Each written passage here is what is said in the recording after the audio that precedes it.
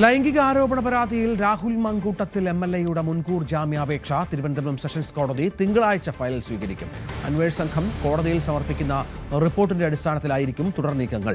അതേസമയം രാഹുൽ മങ്കൂട്ടത്തിൽ കോയമ്പത്തൂരിൽ ഉണ്ടെന്നാണ് പോലീസ് സംശയിക്കുന്നത്.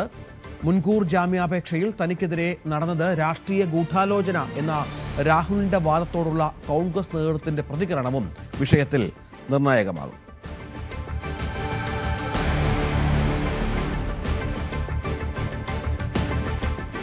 കർണാടകയിൽ ചില രാഷ്ട്രീയ നീക്കങ്ങൾ നടക്കുന്നുണ്ട്. കോൺഗ്രസിൽ പ്രതിസന്ധിയുണ്ട് എന്ന് വേണം മനസ്സിലാക്കാൻ. കാരണം മുഖ്യമന്ത്രി സ്ഥാനം വേണമെന്ന ആവശ്യം DK ശിവകുമാറും അദ്ദേഹവുമായി ബന്ധപ്പെട്ടവർ ഉന്നയിച്ചു തുടങ്ങിയിരിക്കുന്നു. തർക്കം രൂക്ഷമായതിന് പിന്നാലെ ഉപമുഖ്യമന്ത്രി DK ശിവകുമാറിനെ ചർച്ചയ്ക്കായി പ്രഭാത ഭക്ഷണത്തിൽ ക്ഷണിച്ച് മുഖ്യമന്ത്രി സിദ്ധരാമയ്യ. ഹൈക്കമാൻഡിന്റെ നിർദ്ദേശപ്രകാരമാണ് കൂടിക്കാഴ്ച. എന്നാൽ നേതൃതർക്കത്തിൽ തന്റെ നിലപാടിൽ മാറ്റമില്ലെന്ന് സിദ്ധരാമയ്യ ആവർത്തിക്കുന്ന പശ്ചാത്തലം കൂടിയുണ്ട്. VR കാർത്തിക് ഏറ്റവും പുതിയ വിവരങ്ങളുമായി ചേരുകയാണ്. കാർത്തിക്, കോൺഗ്രസ് ഹൈക്കമാൻഡിന് ഒരു തീരുമാനമെടുക്കാൻ പറ്റുന്നില്ല. കാരണം രണ്ടുപേരും കർണാടക രാഷ്ട്രീയത്തിലെ അതിശക്തരായ നേതാക്കളാണ്, സംശയമില്ല. രണ്ടുപേരെയും പിണക്കിയാൽ അതുണ്ടാക്കാൻ പോകുന്ന പ്രത്യാഘാതം ചെറുതല്ല. എന്താണ് ഹൈക്കമാൻഡിന്റെ ഫോർമുല? സാധാരണ ഇത്തരം സമയത്തൊക്കെ പല സംസ്ഥാനങ്ങളിലും അടിപതറുന്ന ഹൈക്കമാൻഡിനെയാണ് നമ്മൾ പലപ്പോഴും കാണുന്നത്. രഞ്ജിത്ത്, സമാനതകളില്ലാത്ത പ്രതിസന്ധിയാണ് കർണാടക കോൺഗ്രസിൽ കഴിഞ്ഞ രണ്ടാഴ്ചയായി ഉടലെടുത്തിരുന്നത്. അതിനൊരു പരിഹാരം ഇന്നുണ്ടാകുമോ എന്നതാണ് ഏവരും ഉറ്റുനോക്കുന്നത്. അതിൽ ഏറ്റവും പ്രധാനം, ഇന്ന് രാവിലെ മുഖ്യമന്ത്രി സിദ്ധരാമയ്യ ഉപമുഖ്യമന്ത്രി DK ശിവകുമാറുമായി കൂടിക്കാഴ്ച നടത്തുന്നു. അദ്ദേഹത്തെ പ്രഭാത ഭക്ഷണത്തിന് ക്ഷണിച്ചിരിക്കുന്നു. ആ പ്രഭാത ഭക്ഷണത്തിൽ പങ്കെടുക്കാൻ ശിവകുമാർ 9 മണിയോടെ മുഖ്യമന്ത്രിയുടെ ഔദ്യോഗിക വസതിയിലെത്തും. ഒരു പ്രഭാത ഭക്ഷണം ഒരുമിച്ചിരുന്ന് കഴിക്കുന്നതിനപ്പുറത്തേക്ക് കന്നഡ രാഷ്ട്രീയത്തിൽ തന്നെ നിർണായകമായ ചർച്ചകളാണ് അവിടെ ഉണ്ടാവുക. സ്വാഭാവികമായും കഴിഞ്ഞ രണ്ടാഴ്ചക്കാലമായി കോൺഗ്രസിലെടുത്തിരുന്ന അധികാര തർക്കം സംബന്ധിച്ച് ഒരു പരിഹാരം ഈ കൂടിക്കാഴ്ചയിൽ ഉണ്ടാകുമോ എന്നതാണ് ഏവരും ഉറ്റുനോക്കുന്നത്. ഹൈക്കമാൻഡിന്റെ നിർദ്ദേശമനുസരിച്ചാണ് ഇത്തരത്തിൽ സിദ്ധരാമയ്യ DK ശിവകുമാറുമായി ഒരു ചർച്ചയ്ക്ക് തയ്യാറായിരിക്കുന്നത്. സ്വാഭാവികമായും എന്ത് വിട്ടുവീഴ്ചകൾക്ക് DK ശിവകുമാർ തയ്യാറാകും? അതോ സിദ്ധരാമയ്യ DK ശിവകുമാർ വിഭാഗം നേരത്തെ ആവശ്യപ്പെട്ടതുപോലെ ഒരു നേതൃമാറ്റത്തിന് തയ്യാറാകുമോ? ഇതടക്കമുള്ള കാര്യങ്ങളാണ് കന്നഡ രാഷ്ട്രീയവും ഒപ്പം ഇന്ത്യൻ രാഷ്ട്രീയവും ഉറ്റുനോക്കുന്നത്. ഇത് ഏറെ പ്രധാനമാണ്. കാരണം 135 MLA-മാരാണ് കോൺഗ്രസിന് കർണാടകയിൽ ഉള്ളത്.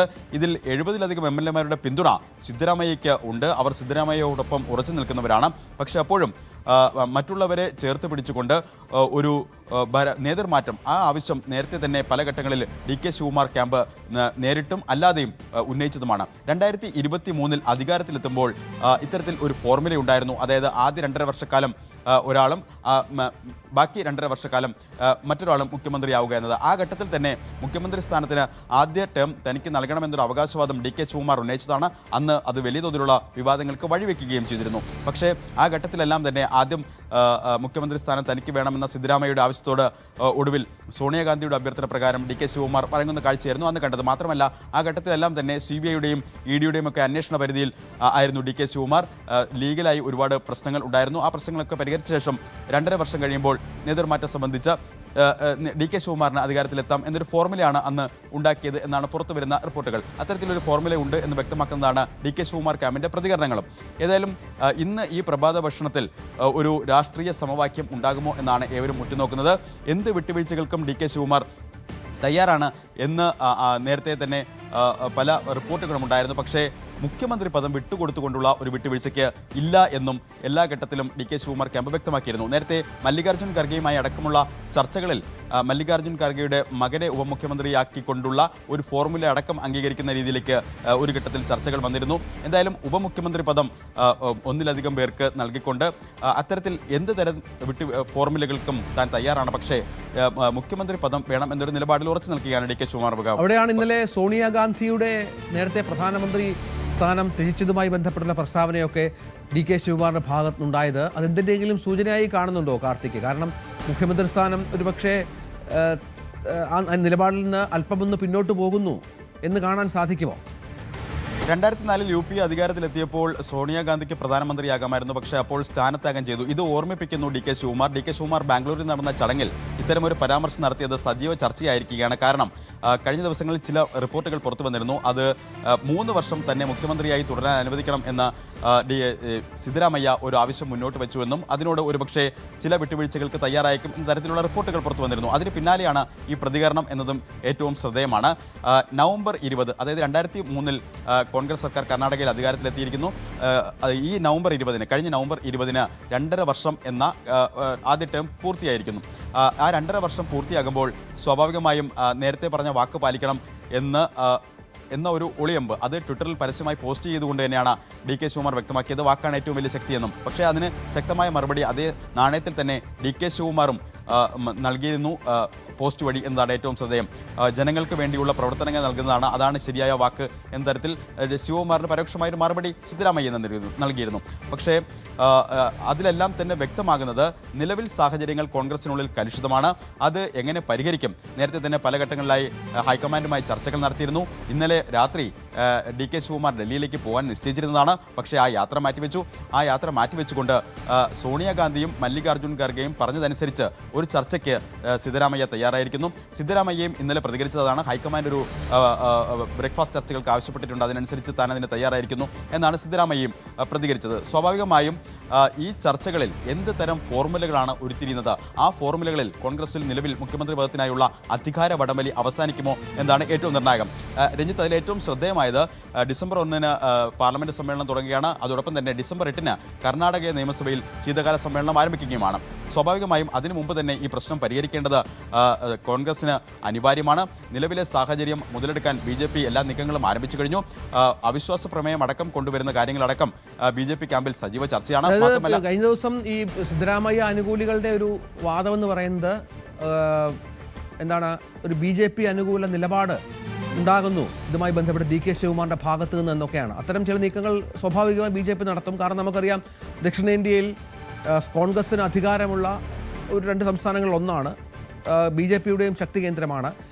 BJPയിൽ നിന്ന് കോൺഗ്രസ് ഭരണം പിടിക്കുകയായിരുന്നു. അവിടെ DK ശിവകുമാർ അവർക്ക് നല്ലൊരു ക്യാച്ചാണ്. അതിനുള്ള സാധ്യതകൾ എന്തെങ്കിലും ഉണ്ടോ? അത്തരം നീക്കങ്ങളുണ്ടോ കാർത്തിക്? സ്വാഭാവികമായും സമ്മർദ്ദതന്ത്രങ്ങൾ അത്തരത്തിൽ DK ശിവകുമാർ ക്യാമ്പിൻ്റെ ഭാഗത്തു നിന്നുണ്ടാകാം. പക്ഷെ അപ്പോഴും പ്രതീക്ഷ നൽകുന്നത് നേരത്തെ പല ഘട്ടങ്ങളിലും വിട്ടുവീഴ്ചകൾക്ക് DK ശിവകുമാർ തയ്യാറായിരുന്നു എന്നാണ്. പക്ഷേ അപ്പോഴും PCC പ്രസിഡന്റ് അടക്കം PCC പ്രസിഡന്റ് ഉപമുഖ്യമന്ത്രി പദം ഇതെല്ലാം വാങ്ങിക്കൊണ്ടാണ് ഒരു വിട്ടുവീഴ്ചകൾക്ക് തയ്യാറായത്. പക്ഷേ ഈ ഘട്ടത്തിൽ അത്തരമൊരു വിട്ടുവീഴ്ചകൾക്ക് തയ്യാറാകുമോ എന്നത് കണ്ടു തന്നെ അറിയണം. പക്ഷേ ശിവകുമാർ ക്യാമ്പിനെതിരെ സിദ്ധരാമയ്യ പക്ഷം പ്രധാനമായി ഉന്നയിക്കുന്നത് ഇതുപോലെയൊരു മൃദു സമീപനമാണ്. നേരത്തെ നമുക്കറിയാം, കർണാടക നിയമസഭയിലടക്കം ഗണഗീതം പാടിക്കൊണ്ടുള്ള DK ശിവകുമാറിൻ്റെ പ്രസംഗമുണ്ടായിരുന്നു. അതൊരു വലിയ വിവാദമാവുകയും ചെയ്തു. അത് BJP വലിയ തരത്തിൽ ആയുധമാക്കുകയും ചെയ്തു. അങ്ങനെ പല ഘട്ടങ്ങളിലും ഒരു മൃദു സമീപനം സ്വീകരിക്കുന്ന തരത്തിൽ DK ശിവകുമാറിൻ്റെ ഭാഗത്തു നിന്നുള്ള പെരുമാറ്റങ്ങൾ വ്യാഖ്യാനിക്കപ്പെട്ടു. അത് ശക്തമായ ആയുധമാക്കി സിദ്ധരാമയ്യ പക്ഷം ഉപയോഗിക്കുകയും ചെയ്തു. അതടക്കമുള്ള കാര്യങ്ങൾ ചൂണ്ടിക്കാട്ടിക്കൊണ്ടാണ് ഇപ്പോഴും ഹൈക്കമാൻഡിന് മുന്നിൽ സിദ്ധരാമയ്യ അദ്ദേഹത്തെ അനുകൂലിക്കുന്നവരും എത്തുന്നത് എന്നതാണ് ഏറ്റവും ശ്രദ്ധേയം. സ്വാഭാവികമായും ആ വിമർശനങ്ങളെല്ലാം ഉണ്ട്. ആ വിമർശനങ്ങൾ മറികടന്നുകൊണ്ട് ആ വിമർശനങ്ങൾ ആ അർത്ഥത്തിൽ ഹൈക്കമാൻഡ് കണക്കിലെടുക്കുമോ അതോ അത് പരിഗണിച്ചുകൊണ്ടുള്ള തീരുമാനമുണ്ടാകുമോ എന്നതൊക്കെ വരും മണിക്കൂറുകളിൽ തന്നെ കണ്ടറിയണം. എന്തായാലും 2023 അധികാരത്തിലെത്തുമ്പോൾ ആ 6 നേതാക്കൾ, അതായത് KC വേണുഗോപാൽ, സുർജേവാല അടക്കമുള്ള 6 നേതാക്കൾ ഹൈക്കമാൻഡ് അടച്ചിട്ട മുറിയിൽ ഇത്തരത്തിൽ 6 നേതാക്കൾ ഒരു ചർച്ച നടത്തിയിരുന്നു. ആ ചർച്ചയിൽ ഒരു ഫോർമുല ഉരുത്തിരിഞ്ഞു. ആ ഫോർമുലയിൽ മുഖ്യമന്ത്രി പദം പങ്കിടുക എന്നുള്ളതാണ്. 2.5 വർഷം സിദ്ധരാമയ്യ, അതിനുശേഷം 2.5 വർഷം DK ശിവകുമാർ. ആ വാക്ക് പാലിക്കണം എന്ന നിലപാടിൽ തന്നെയാണ് DK ശിവകുമാർ പക്ഷം ഇപ്പോഴും ഉള്ളതെന്നാണ് മനസ്സിലാക്കുന്നത്. പക്ഷേ കഴിഞ്ഞ ദിവസത്തെ പ്രതികരണങ്ങൾ അനുസരിച്ച് ഒരു പക്ഷേ സിദ്ധരാമയ്യയ്ക്ക് 3 വർഷത്തെ കാലാവധി തേക്കാൻ ഒരു വിട്ടുവീഴ്ചകൾക്ക് DK ശിവകുമാർ ക്യാമ്പ് തയ്യാറാകുമോ എന്ന് വരും മണിക്കൂറുകളിൽ അറിയാം. അതാണ് സാഹചര്യം. ഏതായാലും നമുക്ക് കാത്തിരുന്ന് കാണാം കർണാടകയിലെ പ്രതിസന്ധി കോൺഗ്രസിന് പരിഹരിക്കാനാകുമോ എന്നത്.